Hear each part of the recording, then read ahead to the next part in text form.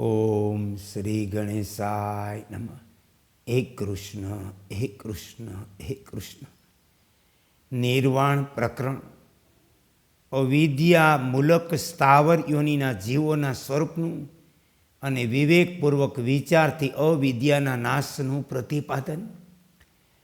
શ્રી વશિષ્ઠ કહે, હે શ્રીરામ, પરમાત્મા સિવાય જે આ સ્થાવર જંગમરૂપ જગત પ્રતીત થાય, યથાર્થમાં તે કાંઈ નથી.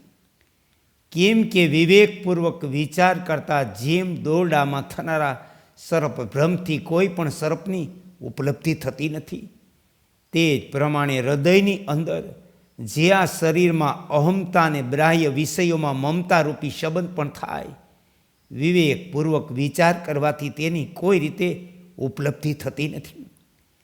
જાણ્યા વિના જ ભ્રમથી બ્રહ્મ જગત રૂપે દેખાય. બ્રહ્મનું સ્પષ્ટ જ્ઞાન થઈ જતાં સંપૂર્ણ જડ ચેતનની અંતિમ સીમારૂપી બ્રહ્મની પ્રાપ્તિ થઈ જાય. અજ્ઞાની બાળકની જેમ આ જીવાત્મા અજ્ઞાનના કારણે ચિત્ત સ્વરૂપને પ્રાપ્ત થયો, તેથી ચિત્તના ભ્રમણથી પોતાને ભ્રમણ કરતો જોવે.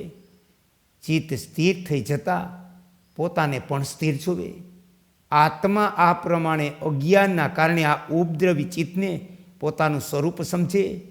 આ ચિત્ત બાળક જેવું વિવેક શૂન્ય છે, તેથી તેવા ચિત્તવાળો મનુષ્ય રેશમના કીડાની જેમ પોતાને ચિત્તના વાસનારૂપી લાંબા તાંતણાઓથી અંદર બાંધવા છતાં પણ જાણી શકતો નથી. શ્રી રામચંદ્રજીએ પૂછ્યું કે પ્રભુ, અત્યંત ઠોસ ભાવને પ્રાપ્ત થયેલો અવિવેક વૃક્ષ, પર્વત વગેરે સ્થાવર યોનિઓને પ્રાપ્ત થતો રહી કઈ રીતે સ્થિત રહે, એ કૃપા કરી આપ મને જણાવો. શ્રી વશિષ્ઠજીએ કહ્યું, રઘુનંદન, સુષુપ્તિની જેમ મનનો લય થયા વિના મનનશીલતાથી ચ્યુત થયેલો જીવાત્મા સ્થાવર યોનિમાં સાક્ષીની જેમ સ્થિર રહે. આ સ્થાવર યોનિઓમાં જીવાત્માનું ચિત્ત ન તો સુષુપ્તિની જેમ વિલીન થઈ જાય અને ન જંગમ પ્રાણીઓની જેમ ચંચળ રહે, બલકે મૂઢ મનુષ્યની જેમ તે વચ્ચેની સ્થિતિમાં રહે.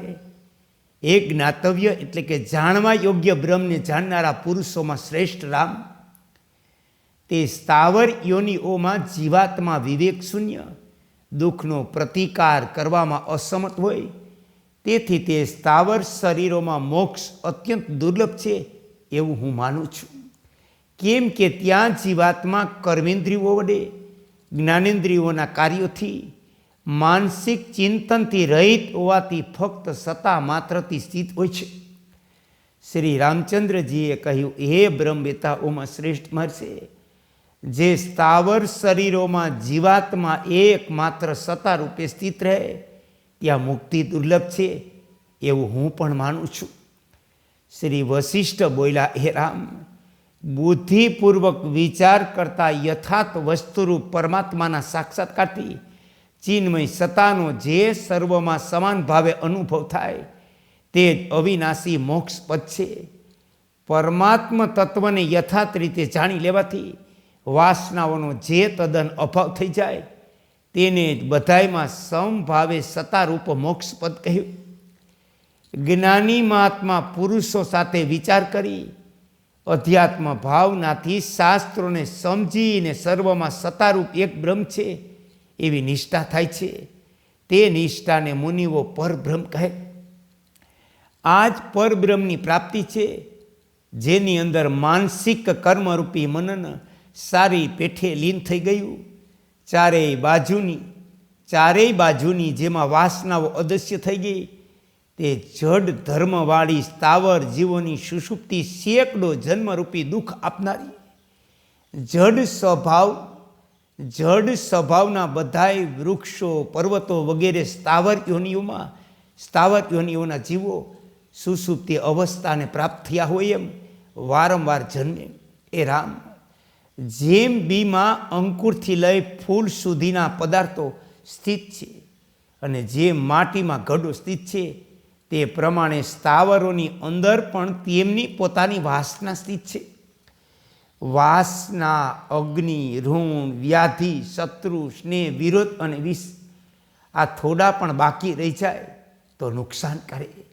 જેનું વાસના બીજ જ્ઞાન અગ્નિમાં બળી ચૂક્યું, જેણે સર્વમાં સમાન રૂપે રહેલા પરમાત્માને પ્રાપ્ત કર્યો, તે મહાત્મા પુરુષ ભલે શરીરધારી હોય કે અશરીરી હોય, કદી દુઃખ પામતો નથી.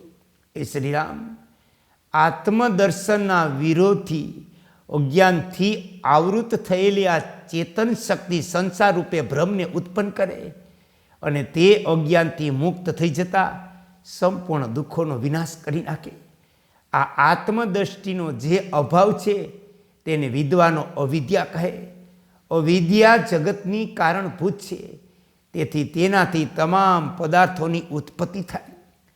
આકાર વિનાની આ અવિદ્યાનું જ્યારે યથાર્થ જ્ઞાન થઈ જાય ત્યારે તે તુરત જ એ રીતે નષ્ટ થઈ જાય જેમ ગરમીમાં ઝાકળના પરમાણુઓ ઓગળી જાય.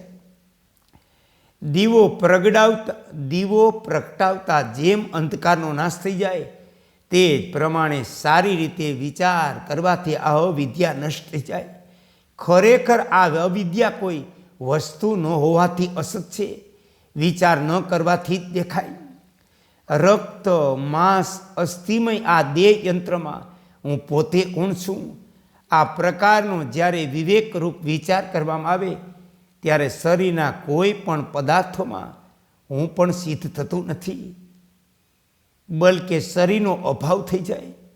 પોતાના અંતકરણના વિવેક વિચારથી આદિ અંતમાં અસતરૂપા શરીર અને સંસારનો ત્યાગ કરી દેવાથી અવિદ્યાનો ક્ષય થઈ જાય. માત્ર એક પરમાત્મા શેષ રહી જાય. તે જ વાસ્તવમાં શાશ્વત બ્રહ્મ છે. તે જ વાસ્તવિક પદાર્થ ગ્રહણ કરવા યોગ્ય છે, કેમ કે તેનાથી અવિદ્યા નિવૃત્ત થઈ જાય. અવિદ્યા પોતાના નામથી તેના અભાવ સ્વરૂપનું જ્ઞાન થઈ જાય. વાસ્તવમાં અવિદ્યા નામની કોઈ વસ્તુ ક્યાંય છે નહીં. આ સંપૂર્ણ જગત અખંડ બ્રહ્મ સ્વરૂપ છે. જે બ્રહ્મે કારણ કાર્યરૂપા સંપૂર્ણ જગતનું નિર્માણ કર્યું, આ સંપૂર્ણ જગત બ્રહ્મ સ્વરૂપ નથી. આવો નિશ્ચય જ અવિદ્યાનું સ્વરૂપ છે. આ જગત બ્રહ્મરૂપ છે. આવો નિશ્ચય અવિદ્યાનો વિનાશ છે. હે કૃષ્ણ, હે કૃષ્ણ, હે કૃષ્ણ. ઓમ શ્રી યોગ વશિષ્ઠાય નમઃ.